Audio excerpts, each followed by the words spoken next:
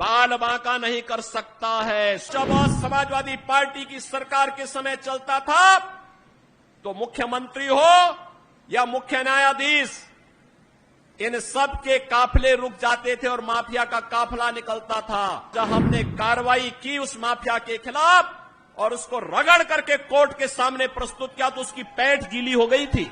निर्दोष लोगों को मारोगे तो मिट्टी भी नहीं मिल पाएगी। जिनकी गर्मी हम शांत कर चुके हैं उनको गर्म मत होने दीजिए। अभी जम्मू कश्मीर से आ रहा हूं और केवल यहां की सभा के लिए आया हूं, अन्यथा मेरे और भी कार्यक्रम थे। मैंने कहा नहीं, मैं जाऊंगा सरधना में, मैं इस बार जरूर जाऊंगा, 24 में मैं जरूर जाऊंगा।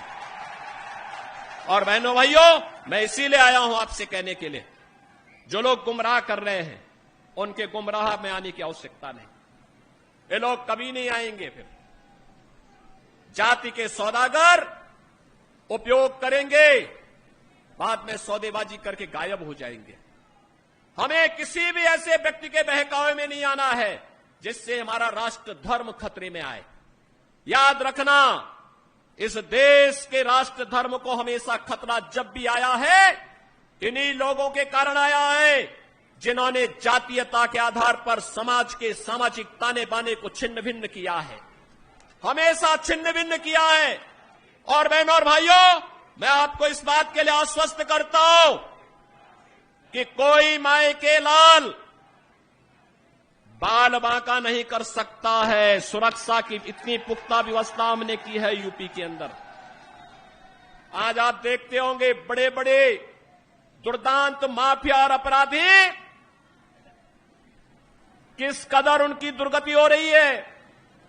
आप देख रहे होंगे, जिनके नाम से ही लोग कर्फ्यू जैसा माहौल होता था, आज उनकी दुर्गति क्या है हर व्यक्ति देख रहा है। इन माफिया और अपराधियों की स्थिति क्या है आप रोज सोशल मीडिया के प्लेटफॉर्म को उठा करके देखते होंगे। एक दुर्दांत माफिया ऐसा भी था। बहनों और भाइयों, जब समाजवादी पार्टी की सरकार के समय चलता था तो मुख्यमंत्री हो या मुख्य न्यायाधीश, इन सब के काफिले रुक जाते थे और माफिया का काफिला निकलता था। और जब हमने कार्रवाई की उस माफिया के खिलाफ और उसको रगड़ करके कोर्ट के सामने प्रस्तुत किया तो उसकी पैठ गीली हो गई थी।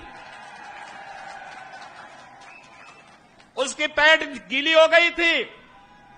और तब हमने कहा था, उस समय उसको हमने कहा था, कानून को रौंदने वाले, आज कानून कितना बड़ा होता है यह एहसास हो रहा है कि नहीं हो रहा है।